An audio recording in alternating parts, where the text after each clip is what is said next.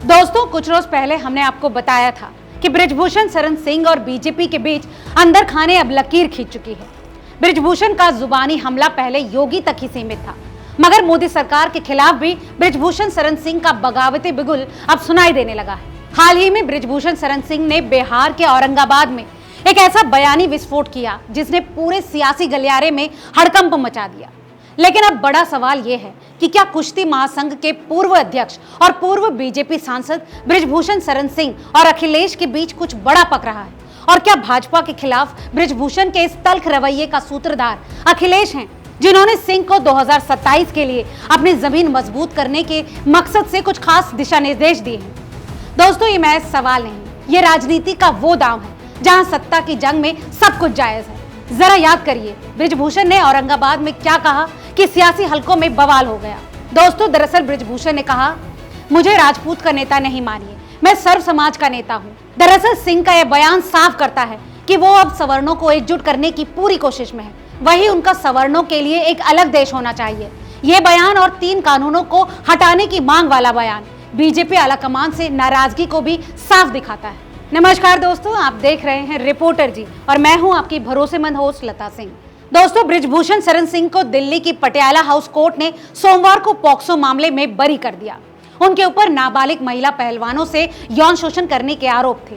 दोस्तों, कोर्ट से बरी होने के बाद बृजभूषण शरण सिंह मंगलवार को अपने क्षेत्र और गांव पहुंचे। अपने क्षेत्र पहुंचकर सिंह ने अपनी शक्ति का प्रदर्शन किया और इस बात को अपने लोगों तक पहुंचाया कि बार बार वो कहते रहे कि उन्हें राजनीतिक साजिश के तहत फंसाया गया था, जिसे अब कोर्ट ने भी स्वीकार किया। एक बार फिर अपने वर्चस्व को साबित करने की पुरजोर कोशिश की। दोस्तों, आपको याद दिला दें कि पटियाला हाउस कोर्ट ने बीजेपी के पूर्व सांसद बृजभूषण शरण सिंह के खिलाफ चल रहे पॉक्सो केस को बंद कर दिया। इसके साथ ही पटियाला हाउस कोर्ट ने दिल्ली पुलिस द्वारा पॉक्सो मामले में दाखिल कैंसिलेशन रिपोर्ट भी स्वीकार की।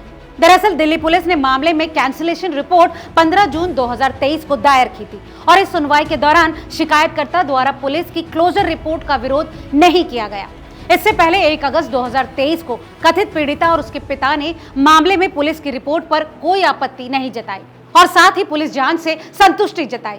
यौन शोषण के मामले में कोर्ट से राहत मिलने के बाद बृजभूषण शरण सिंह ने अपनी पहली प्रतिक्रिया दी। पूर्व सांसद ने अपने खिलाफ साजिश रचने वालों को चेतावनी भी दी। उन्होंने कहा कि ऐसे कानूनों के दुरुपयोग पर रोक लगनी चाहिए। जिन लोगों ने साजिश रची है उनका हाल क्या हुआ आपने देखा। बृजभूषण ने हरियाणा विधानसभा चुनावों के परिणामों की ओर इशारा करते हुए कहा कि कांग्रेस के भूपेंद्र सिंह हुड्डा 11 बजे मुख्यमंत्री बन रहे थे, लेकिन 11 बजे के बाद वो संतरी भी नहीं बने। हम हनुमान जी के भक्त हैं, जो गलत करेगा उसे परिणाम भुगतना होगा।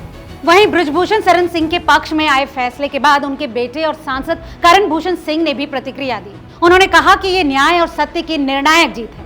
सत्य परेशान हो सकता है लेकिन पराजित नहीं। न्यायपालिका जिंदाबाद। दोस्तों, बीजेपी के दिग्गज नेता रहे बृजभूषण अब खुद को न सिर्फ ठाकुरों बल्कि पूरे स्वर्ण समाज का नेता बताकर एक नया सियासी खेल खेल रहे हैं। दोस्तों, अब एक बार फिर लौटते हैं बीजेपी और बृजभूषण शरण सिंह के बीच चल रही रस्साकशी पर। दोस्तों, बृजभूषण अब खुद को न सिर्फ ठाकुरों बल्कि पूरे सवर्ण समाज का नेता बताकर एक नया सियासी खेल खेल रहे हैं। तो आखिर ये नया खेल है क्या, और क्या अखिलेश यादव के साथ उनकी बढ़ती नजदीकी यूपी की सियासत में कोई नया उलटफेर लाने वाली है? दोस्तों, अखिलेश यादव के साथ बृजभूषण की बढ़ती नजदीकी और बीजेपी विरोधी सुर बहुत कुछ बयां कर रहे हैं। बृजभूषण का सपा से पुराना रिश्ता रहा। 2008 में जब बीजेपी ने उन्हें निष्कासित किया था तब वो सपा में शामिल हुए और 2009 में सपा के टिकट पर ही चुनाव लड़े। वहीं साल 2013 में वो बीजेपी में वापस लौटे, लेकिन सपा से उनका रिश्ता कभी खत्म नहीं हुआ। अप्रैल 2023 में जब पहलवानों का विरोध चरम पर था, बृजभूषण ने अखिलेश की तारीफ की और कहा कि अखिलेश जी सच जानते हैं कि मुझे राजनीति का शिकार बनाया जा रहा है। इतना ही नहीं, बृजभूषण ने ये तक कहा कि यूपी में 10,000 पहलवानों में 8,000 यादव समुदाय से हैं, जो कि सपा का एक मजबूत आधार है। वहीं मई 2023 में सपा में उनके शामिल होने की अटकलें तेज हुई और शिवपाल यादव का नाम भी इस चर्चा में आया, लेकिन वो अभी भी बीजेपी में ही है।